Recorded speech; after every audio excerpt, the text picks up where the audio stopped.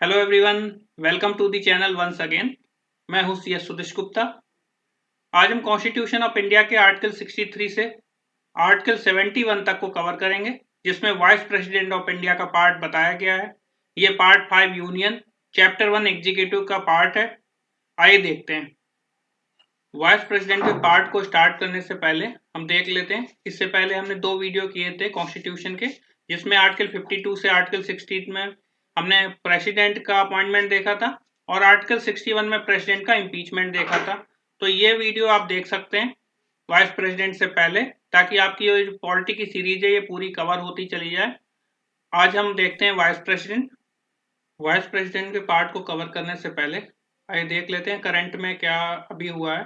अभी हमने देखा कि रिसेंटली वाइस प्रेसिडेंट के इलेक्शंस हुए हैं, और इससे पहले जो इलेक्शन से पहले जो वाइस प्रेसिडेंट थे वो थे एम वेंकैया नायडू। ये एक भारतीय पॉलिटिशियन थे जिन्होंने 13th वाइस प्रेसिडेंट के रूप में अपना पद ग्रहण किया था, और ये पहले भारतीय वाइस प्रेसिडेंट है जिनका जन्म आज़ाद भारत में हुआ था। और इनकी ओथ यानी कि इन्होंने शपथ 11 अगस्त 2017 को ली थी। 11 अगस्त 2017 को इन्होंने ओथ ली थी। तो ये हमें याद रखना है। अगर कोई भी क्वेश्चन इससे रिलेटेड आता है तो एम वेंकैया नायडू भारत के 13th वाइस प्रेसिडेंट थे। और अभी जो हाल में ही चुनाव हुए, आइए देखते हैं उनमें कौन कौन से 2 कैंडिडेट थे। 2022 में वाइस प्रेसिडेंट्स के जो इलेक्शन हुए उसमें 2 कैंडिडेट्स थे। एक थे एनडीए की तरफ से जगदीप धनखड़ जी, और दूसरी थी मार्गरेट अलवा जी। जगदीप धनखड़ जी थे, ये नेशनल डेमोक्रेटिक अलायंस की तरफ से थे कैंडिडेट, और ये मार्गरेट अलवा जी अपोजिशन की तरफ से थी। जगदीप धनखड़ जी उपराष्ट्रपति के पद के चुनाव से पहले वेस्ट बंगाल के गवर्नर भी रहे, तो पूर्व राज्यपाल हैं ये पश्चिम बंगाल के। और अलवा जी गोवा, गुजरात, राजस्थान और उत्तराखंड की राज्यपाल रही हैं। तो हमारे 2 कैंडिडेट थे, जगदीप धनखड़ जी जो पश्चिम बंगाल के पूर्व राज्यपाल थे, और मैडम अलवा थी जो गोवा, गुजरात, राजस्थान और उत्तराखंड की पूर्व राज्यपाल रह चुकी हैं। उपराष्ट्रपति पद के लिए जो 6 अगस्त 2022 को इलेक्शन हुए, 6 अगस्त 2022 को जो इलेक्शन हुए, उसमें एनडीए के जो कैंडिडेट थे, एनडीए यानी national democratic alliance, Jagdeep Dhankhar ji जो कि पूर्व राज्यपाल रहे हैं पश्चिम बंगाल के, और वो भारत के 14वें उप राष्ट्रपति बने। उनको कितने वोट्स मिले? 528। कितने में से? 710 वैलिड वोट पड़े, जिसमें से 528 वोट जगदीप धनखड़ जी को मिले और वो उपराष्ट्रपति चुन लिए गए। तो जगदीप धनखड़ जी भारत के 14वें उपराष्ट्रपति होंगे, ये हमें याद रखना है। कॉन्स्टिट्यूशन ऑफ इंडिया में वाइस प्रेसिडेंट का जो पार्ट है उसको आर्टिकल 63 से लेकर 71 तक बताया गया है। तो इसमें हम एक एक आर्टिकल को अभी डिस्कस करेंगे। आर्टिकल 63 से स्टार्ट करते हैं। आर्टिकल 63 है जो आपका, वो बताता है there shall be a vice president in India. Simple है, भारत का एक उपराष्ट्रपति होगा। ठीक है, ये था आपका आर्टिकल 63। भारत का एक उपराष्ट्रपति होगा, बहुत ही आसान है। आइए देखते हैं आर्टिकल 64। आर्टिकल 64 में vice president council of states का चेयरमैन होगा। हिंदी में देखें तो राज्यसभा का सभापति। ठीक है, और वो कोई ऑफिस ऑफ प्रॉफिट होल्ड करेगा, ऑफिस ऑफ प्रॉफिट होल्ड नहीं करेगा। क्लियर है? दो चीजें हैं। Vice president council of states का चेयरमैन होगा, पदेन सभापति राज्यसभा का, और वो कोई भी ऑफिस ऑफ प्रॉफिट यानी लाभ का पद होल्ड नहीं करेगा। अब आगे देखते हैं इसी में आर्टिकल 64 में।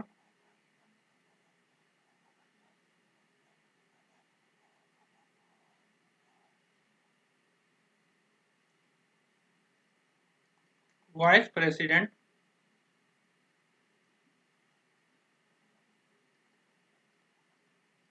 जब आर्टिकल 65 में एक्ट एज प्रेसिडेंट करता, ठीक है, तो जब वो प्रेसिडेंट के तौर पर कार्य कर रहा होगा अंडर आर्टिकल 65, तब राज्यसभा का जो सभापति था तब उसका कार्यकाल एज अ प्रेसिडेंट ही होगा, वो राज्यसभा का सभापति नहीं होगा।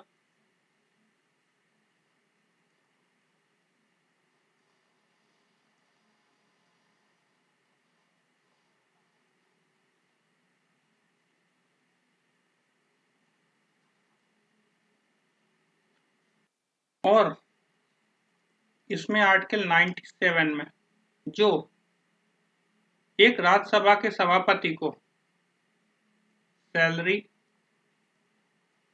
अलाउंसेस मिलते हैं, वो तब जब वो राष्ट्रपति का फंक्शंस को डिस्चार्ज कर रहा होगा, तब ये सब उसको नहीं मिलेंगे। क्लियर है? वाइस प्रेसिडेंट क्या करता है? Act as president under article 65, तब वो राज्यसभा के सभापति के तौर पर कार्य नहीं करेगा, और उसको आर्टिकल 97 में जो भी सैलरी, अलाउंसेस और एज राज्यसभा सभापति मिलने चाहिए थे तब नहीं मिलेंगे, क्योंकि तब वो प्रेसिडेंट के तौर पर एक्ट कर रहा होगा। ये था आपका आर्टिकल 64। आर्टिकल 65 में ये बताता है कि वाइस प्रेसिडेंट किन किन परिस्थितियों में प्रेसिडेंट के तौर पर कार्य करेगा। ठीक है, देखते हैं। डेथ, रेजिग्नेशन, रिमूवल या any other.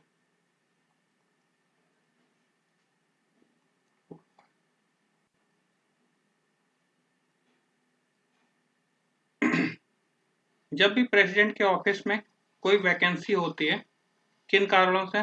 Death, resignation, removal, any other, vice president तब प्रेसिडेंट के तौर पर उसके ऑफिस में कार्य करेगा, और तब तक कार्य करेगा जब तक कि वैकेंसी को न्यू अपॉइंटमेंट के तहत फुलफिल नहीं किया जा सकता, यानी कि फ्रेश इलेक्शंस होंगे प्रेसिडेंट के,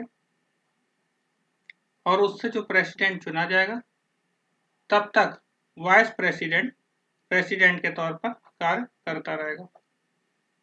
तो पहला देख लिया, डेथ से, प्रेसिडेंट की डेथ हो जाए, प्रेसिडेंट रिजाइन कर दे, या प्रेसिडेंट को रिमूव कर दिया जाए, या कोई अदर ग्राउंड हो और इससे वैकेंसी क्रिएट होती हो, तब president as a vice president as a president कार्य करेगा जब तक कि प्रेसिडेंट के इलेक्शन से नया प्रेसिडेंट ना चुन लिया जाए।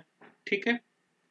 आर्टिकल 65 क्लॉज 2 बताता है, अगर प्रेसिडेंट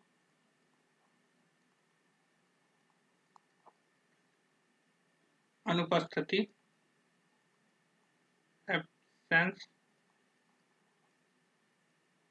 बीमारी या अन्य किसी कारण से अपने जिम्मेदारियों का निर्वहन करने में असमर्थ है, एब्सेंस, इलनेस, अदरवाइज, अगर किसी कारण से अपनी जिम्मेदारियों को पूरा करने में असमर्थ है, 3 वजह बताई गई, अनुपस्थिति, इलनेस बीमारी और अन्य किसी कारण से। तो उस तारीख तक जब तक प्रेसिडेंट असमर्थ है उस डेट तक वाइस प्रेसिडेंट प्रेसिडेंट के जिम्मेदारियों और कृत्यों को पूरा करेगा और एक्ट एज प्रेसिडेंट करेगा। ठीक है, ये आर्टिकल 65 क्लॉज 2 हमें बताता है कि प्रेसिडेंट अगर किन्हीं कारणों से, क्या कारण है, एब्सेंस, इलनेस, अदरवाइज, अपने कृत्यों को करने में असमर्थ है, तो उस तारीख तक, जिस तारीख तक वो असमर्थ है, वाइस प्रेसिडेंट प्रेसिडेंट के तौर पर कार्य करेगा। आइए आर्टिकल 65 का क्लॉज 3 देखते हैं। आर्टिकल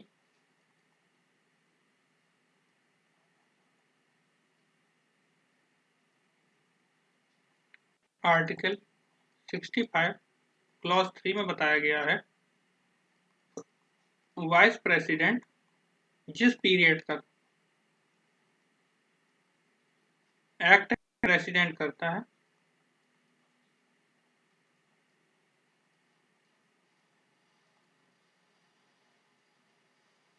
ठीक है, उस पीरियड तक प्रेसिडेंट्स की सारी पावर्स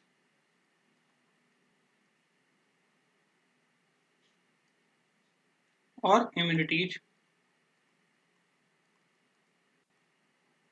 वाइस प्रेसिडेंट के पास रहेंगी। ठीक है, वाइस प्रेसिडेंट जितने भी पीरियड तक प्रेसिडेंट के तौर पर कार्य करेगा, प्रेसिडेंट्स की पावर और इम्यूनिटीज वाइस प्रेसिडेंट्स के पास रहेंगी और एज पर लॉ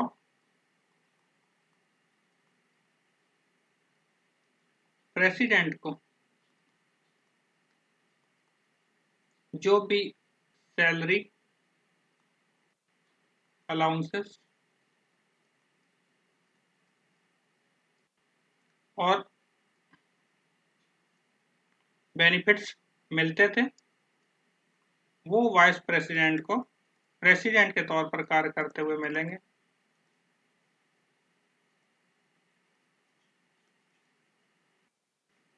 ठीक है,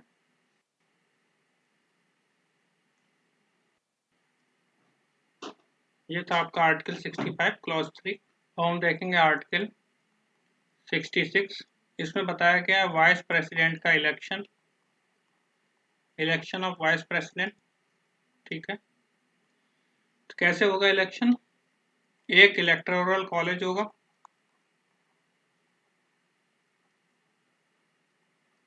ठीक है, इसके मेंबर्स होंगे इलेक्टोरल कॉलेज के। तो कौन मेंबर्स होंगे? पार्लियामेंट के दोनों सदनों के मेंबर्स होंगे। दोनों सदन कौन से? राज्यसभा, काउंसिल ऑफ स्टेट्स और Lok Sabha, house of the people's के मेंबर होंगे। और इसमें जो वोटिंग होगी वो एक तो सीक्रेट बैलेट से होगी, यानी कि गुप्त वोटिंग होगी।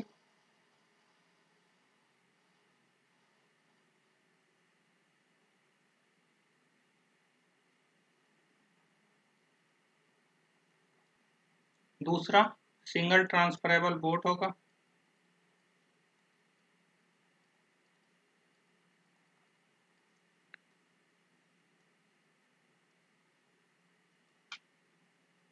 इसमें एक ध्यान रखने वाली बात यह है कि प्रेसिडेंट के इलेक्शन में हमने एक चीज देखी थी कि जो लेजिस्लेटिव असेंबली थी स्टेट्स की, उनके जो इलेक्टेड मेंबर्स थे, यानी कि मेंबर ऑफ लेजिस्लेटिव असेंबली, वो भी वोट करते थे। लेकिन वाइस प्रेसिडेंट के इलेक्शन में वो वोट नहीं करेंगे। ठीक है, तो केवल कौन कौन वोट करेगा? इलेक्टोरल कॉलेज के मेंबर्स कौन कौन होंगे? हाउस ऑफ द पीपल के और काउंसिल ऑफ द स्टेट्स के मेंबर्स होंगे और यही वोट करेंगे। सीक्रेट बैलेट से वोटिंग होगी, सिंगल ट्रांसफरेबल वोट होगा और प्रोपोर्शनल रिप्रेजेंटेशन होगा। प्रोपोर्शनल रिप्रेजेंटेशन होगा ताकि सभी लोगों को हिस्सा में मिले और उनके वोट्स की काउंटिंग होगी और उसके द्वारा जो चुनाव होगा वो वाइस प्रेसिडेंट इलेक्शन माना जाएगा। क्लियर है? वाइस प्रेसिडेंट के इलेक्शन में इलेक्टोरल कॉलेज के द्वारा वोटिंग होगी। मेंबर्स कौन कौन होंगे? बता दिया मैंने। राज्यसभा लोकसभा के मेंबर्स, इसमें MLAs वोटिंग नहीं करेंगे और ये सीक्रेट बैलेट से होगी, सिंगल ट्रांसफरेबल वोट होगा और सभी को बराबर तौर से मौका मिले, ऐसा इसमें वोटिंग का अरेंजमेंट किया गया है। ये था आपका आर्टिकल 66 क्लॉज 1। आइए देखते हैं क्लॉज 2। आर्टिकल 66 क्लॉज 2, इसमें बताया गया है कि संसद के किसी सदन, संसद के 2 सदन है, ये हमारी पार्लियामेंट हो गई, इसके 2 सदन हो गए, लोकसभा राज्यसभा, या आप बोलेंगे विधानमंडल, जिसके 2 सदन होते हैं। पहला होता है लेजिस्लेटिव असेंबली और इसका होता है दूसरा लेजिस्लेटिव काउंसिल। तो इसमें बताया गया वाइस प्रेसिडेंट, इनमें से किसी का भी सदस्य नहीं होना चाहिए, ना तो लोकसभा का सदस्य होना चाहिए, ना राज्यसभा का सदस्य होना चाहिए, ना लेजिस्लेटिव असेंबली का सदस्य होना चाहिए और ना लेजिस्लेटिव काउंसिल का सदस्य होना चाहिए।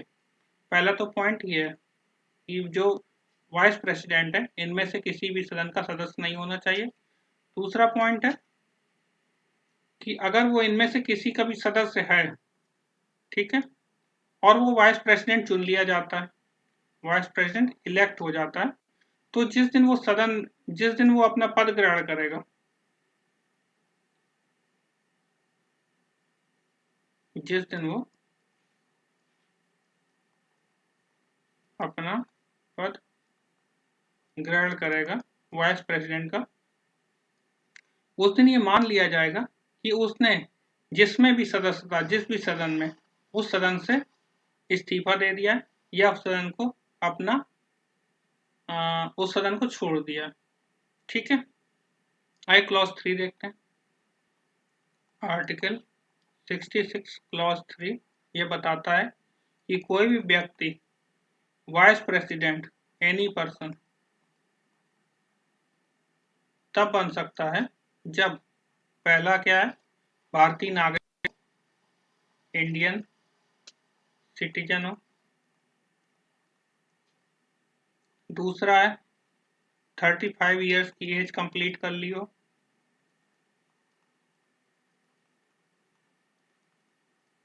और तीसरा है जो हाउस ऑफ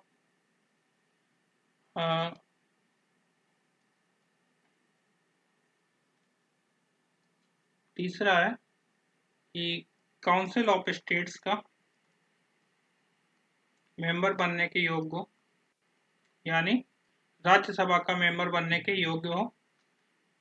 अगर कोई भी व्यक्ति इन तीनों कंडीशंस को फुलफिल करता है तो वो वाइस प्रेसिडेंट के तौर पर इलेक्ट हो सकता है, और अगर इनमें से कोई भी कंडीशन फुलफिल नहीं करता है तो वो व्यक्ति वाइस प्रेसिडेंट नहीं चुना जा सकता है। तो आर्टिकल 66 हमें याद रखना है। क्लॉज 3 बताता है भारतीय नागरिक होना जरूरी है, 35 ईयर्स की एज कंप्लीट होनी चाहिए और राज्यसभा का मेंबर होना के लिए क्वालिफाई करने योग्य हो। आइए देखते हैं आर्टिकल 66 क्लॉज 4। आर्टिकल 66 क्लॉज 4 ये बताता है कि कोई भी व्यक्ति वाइस प्रेसिडेंट तब तक नहीं बन सकता है अगर वो गवर्नमेंट ऑफ इंडिया या स्टेट गवर्नमेंट या कोई थर्ड अथॉरिटी है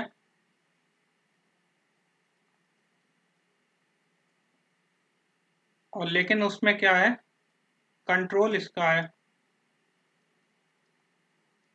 controlled by government of India और स्टेट गवर्नमेंट। ठीक है, अगर इनमें से कोई भी पर्सन ऑफिस ऑफ प्रॉफिट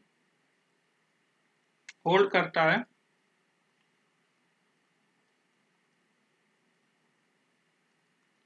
यानी कि लाभ का पद धारण करता है, तो वो व्यक्ति उपराष्ट्रपति नहीं चुना जा सकता है। कोई भी व्यक्ति, रिपीट कर देता हूं, एनी पर्सन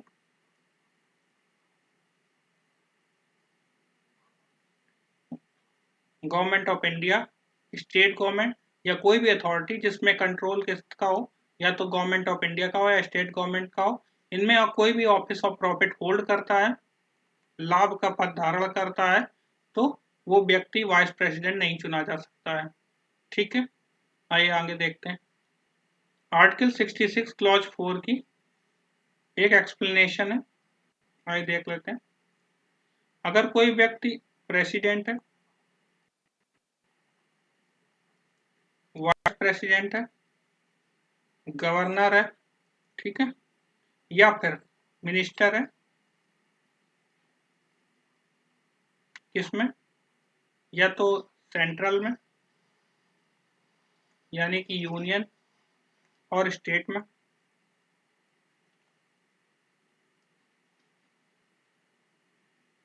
पहला बताया प्रेसिडेंट है, वाइस प्रेसिडेंट है, गवर्नर है किसी स्टेट का, या मिनिस्टर है किसका, या तो यूनियन का मिनिस्टर है या स्टेट का मिनिस्टर है। तो ये जो 5 चीजें बताई हैं, इनमें से कोई व्यक्ति ऑफिस ऑफ प्रॉफिट का पद नहीं माना जाएगा। ठीक है, ऑफिस ऑफ प्रॉफिट इन पदों को नहीं माना जाएगा। क्लियर है? President, vice president, governor, union minister या फिर स्टेट का मिनिस्टर, अगर इनमें से कोई भी 5 पद कोई भी व्यक्ति धारण करता है, तो उस व्यक्ति में जो ऑफिस ऑफ प्रॉफिट का कॉन्सेप्ट अभी हम देख रहे थे, ये पद ऑफिस ऑफ प्रॉफिट के कॉन्सेप्ट में नहीं फॉलो होंगे। ठीक है, तो ये था आपका आर्टिकल 66। ये आइए देखते हैं आर्टिकल 67।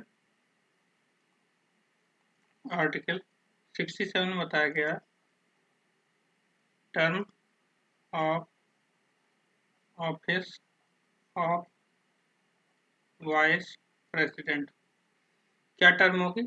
5 ईयर्स की टर्म होगी। कब से कब तक? जब से वाइस प्रेसिडेंट अपने ऑफिस में एंटर करेगा, एंटर हिज ऑफिस। ठीक है, क्लियर। अब इसमें दूसरा देखते हैं कि जो वाइस प्रेसिडेंट होगा, जब भी अपना त्यागपत्र या रेजिग्नेशन लेटर सौंपना चाहेगा,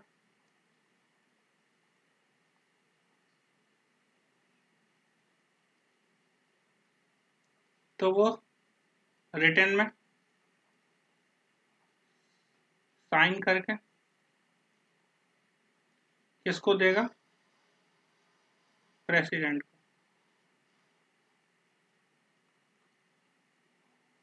ठीक है, वाइस प्रेसिडेंट जब भी अपना रेजिग्नेशन देना चाहेगा, तो वो रिटन में अपने साइन करके प्रेसिडेंट को सौंप देगा।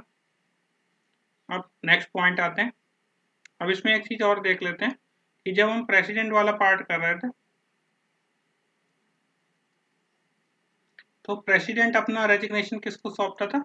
वाइस प्रेसिडेंट को। तो ये याद रखना, प्रेसिडेंट अपना रेजिग्नेशन वाइस प्रेसिडेंट को सौंपेगा रिटर्न में साइन करके, और वाइस प्रेसिडेंट अपना रेजिग्नेशन प्रेसिडेंट को सौंपेगा रिटर्न में साइन करके। आइए नेक्स्ट प्रोविजन देखते हैं इसमें। नेक्स्ट है वाइस प्रेसिडेंट का इम्पीचमेंट का।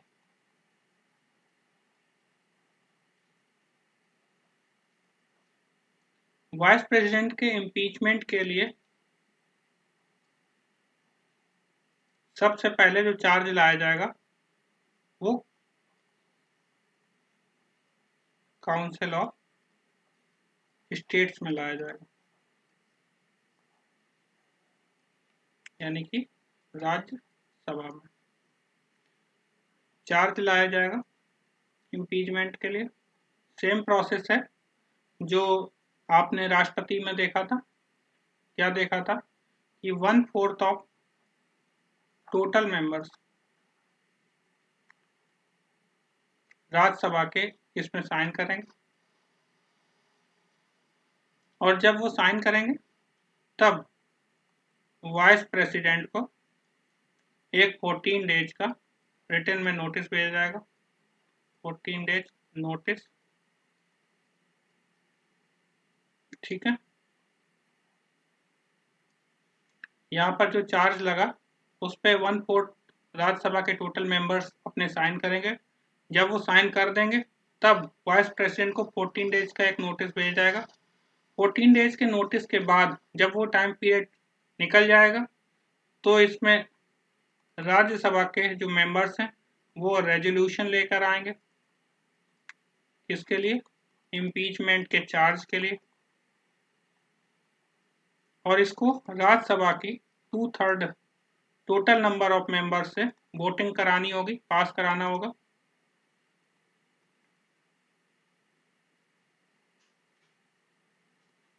अगर ये पास हो जाता है राज्यसभा में तो नेक्स्ट सदन क्या है?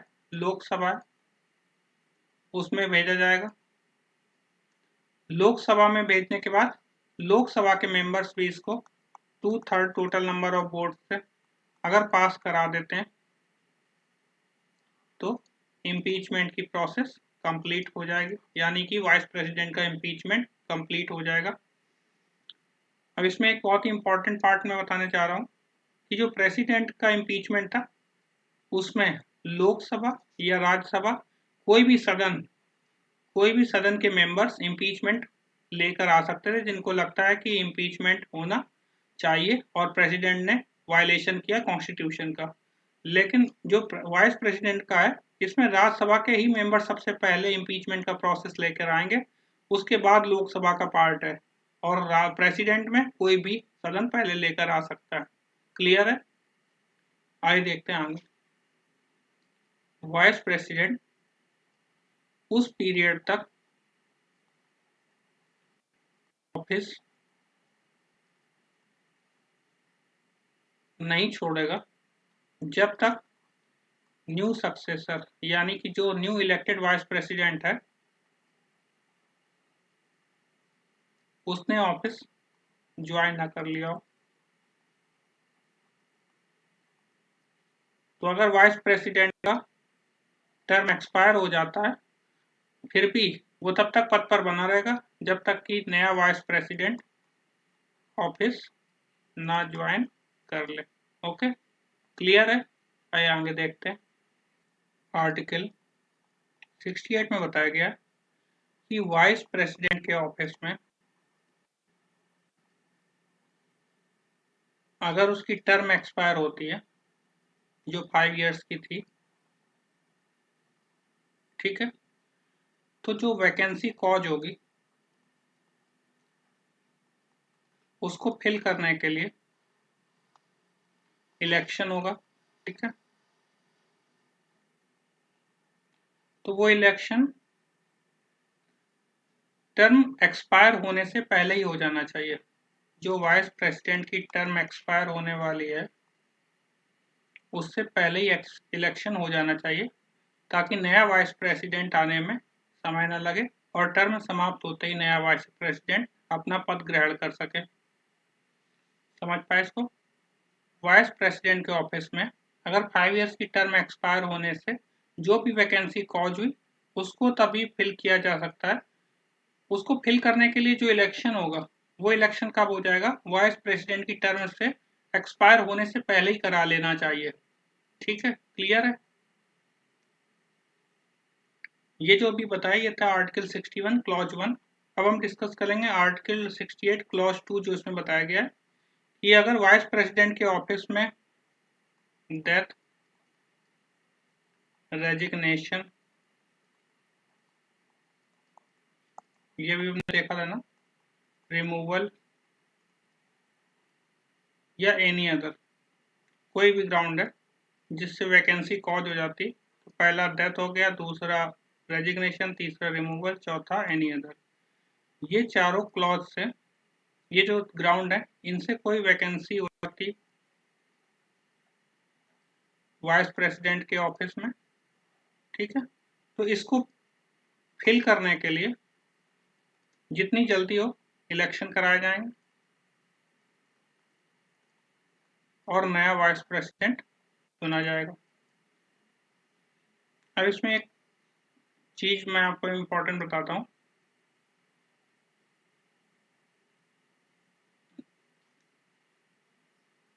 जो आपके हाउस ऑफ पीपल है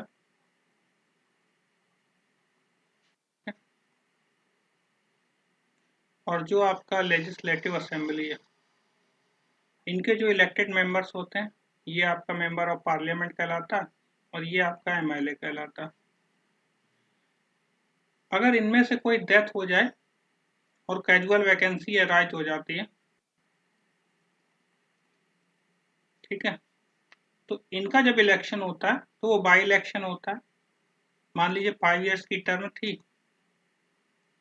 5 इयर्स की टर्म होती है, 2 साल की टर्म के बाद कोई मेंबर एक्सपायर हो गया तो बचे हुए 3 साल के लिए वो बाई इलेक्शन में जो मेंबर जीतेगा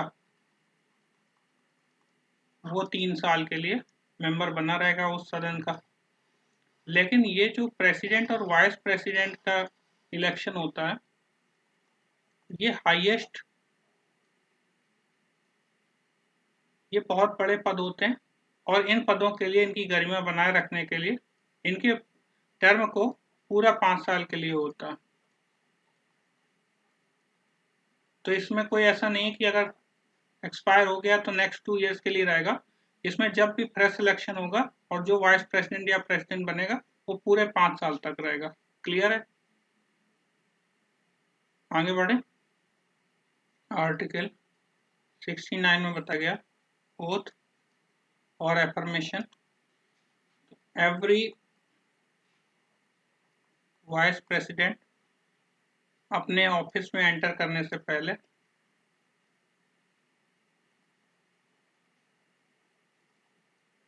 क्या लेगा? ओथ लेगा।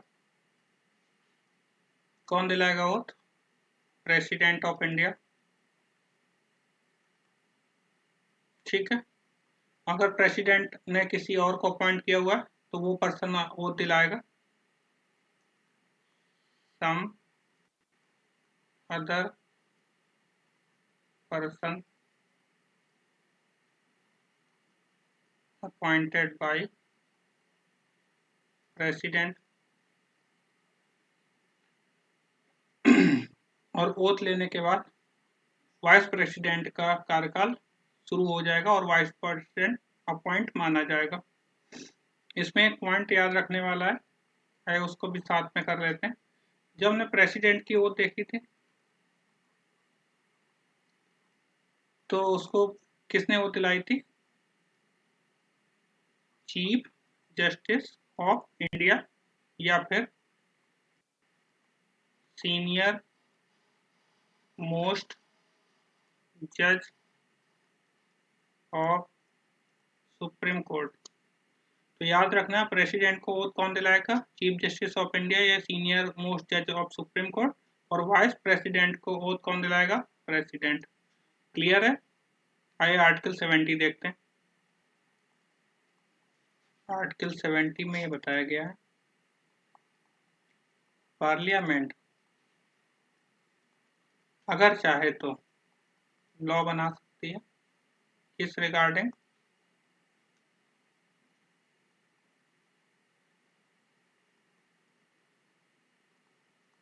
प्रेसिडेंट के फंक्शंस को डिस्चार्ज करने के लिए।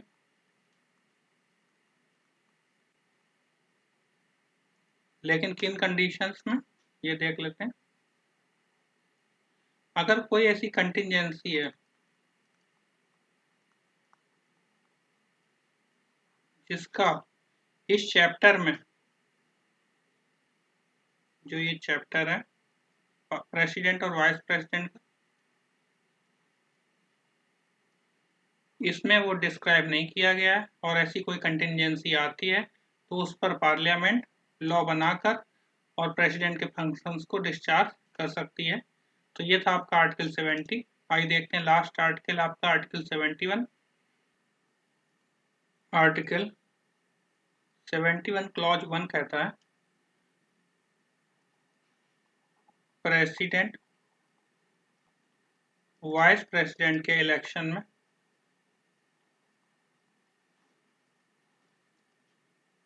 सारे डाउट्स या डिस्प्यूट्स अगर रेज होते हैं, फिर से देख लेते हैं। आर्टिकल 71 क्लॉज 1 में प्रेसिडेंट या फिर वाइस प्रेसिडेंट के इलेक्शन में कोई भी डाउट हो या डिस्प्यूट हो रेज होती हो, तो वो सारे डिस्प्यूट या डाउट्स क्या हो गए, सुप्रीम कोर्ट के द्वारा इंक्वायर किए जाएंगे और डेल्ट किए जाएंगे, और इसमें सुप्रीम कोर्ट का ही फैसला फाइनल होगा। ठीक है, क्लियर है। प्रेसिडेंट वाइस प्रेसिडेंट के इलेक्शन में कोई भी डाउट्स होता, कोई डिस्प्यूट होती, वो सारे सुप्रीम कोर्ट के द्वारा इंक्वायर किए जाएंगे, डेल्ट किए जाएंगे, और इसमें सुप्रीम कोर्ट का ही फैसला फाइनल होगा। आइए आर्टिकल 71 का क्लॉज 2 देख लेते हैं। आर्टिकल 71 क्लॉज 2, कोई भी पर्सन इलेक्ट होता है एज ए प्रेसिडेंट या वाइस प्रेसिडेंट,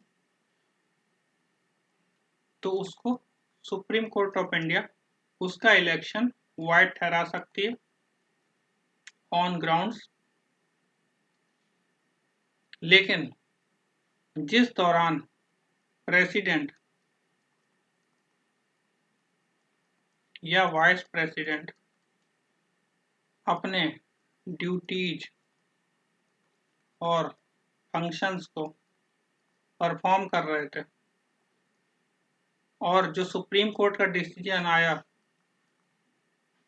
उससे पहले तक जो प्रेसिडेंट वाइस प्रेसिडेंट ने अपनी ड्यूटीज और फंक्शंस परफॉर्म किए, उन ड्यूटीज और फंक्शंस को सुप्रीम कोर्ट इनवैलिडेट नहीं ठहराएगा। ठीक है, उनको मान्य रखा जाएगा। सिर्फ सुप्रीम कोर्ट उनके इलेक्शन को इनवैलिडेट कर सकता, उनके इलेक्शन को वाइड ठहरा सकता है। कोई भी व्यक्ति, क्लियर कर लेते हैं, कोई भी व्यक्ति इलेक्ट होता है प्रेसिडेंट वाइस प्रेसिडेंट, और सुप्रीम कोर्ट उसके इलेक्शन को वाइड ठहरा सकती है, लेकिन एज अ प्रेसिडेंट या वाइस प्रेसिडेंट उन्होंने जो ड्यूटीज या फंक्शंस परफॉर्म किए उनको इनवैलिडेट नहीं ठहराया जाएगा। आइए देखते हैं क्लॉज 71। आइए देखते हैं आर्टिकल 71 क्लॉज 3। आर्टिकल 71 क्लॉज 3 में बताया गया है, subject to provisions of constitution, parliament क्या कर सकती है, रेगुलेट कर सकती है किन मैटर्स में, इलेक्शन ऑफ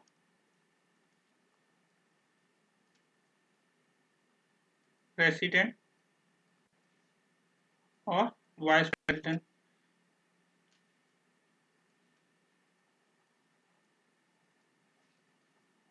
अगर कोई मैटर इलेक्शन ऑफ प्रेसिडेंट या वाइस प्रेसिडेंट से जुड़ा हुआ है तो subject to provisions of constitution parliament उस पर क्या कर सकती है, रेगुलेट कर सकती है बाय लॉ।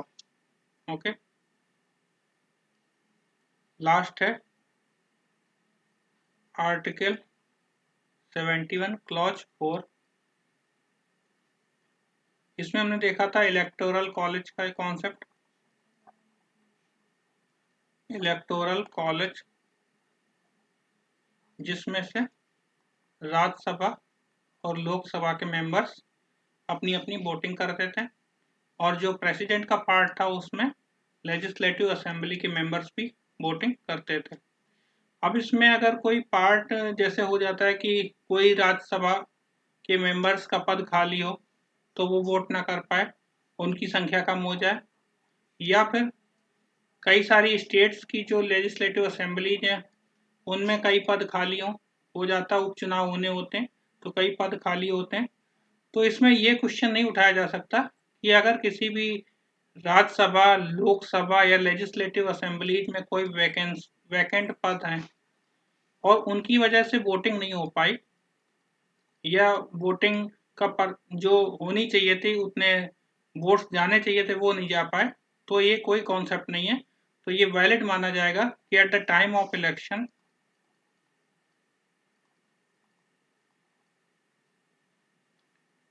जो भी इलेक्टेड मेंबर्स हैं वो वोटिंग करें और ये ना देखा जाए कि कहाँ पर वैकेंसी है कहाँ पर नहीं है। तो at the time of voting ही माना जाएगा, वैकेंट पद का नहीं माना जाएगा। इलेक्टोरल कॉलेज का कॉन्सेप्ट यहीं पर कंप्लीट होता है।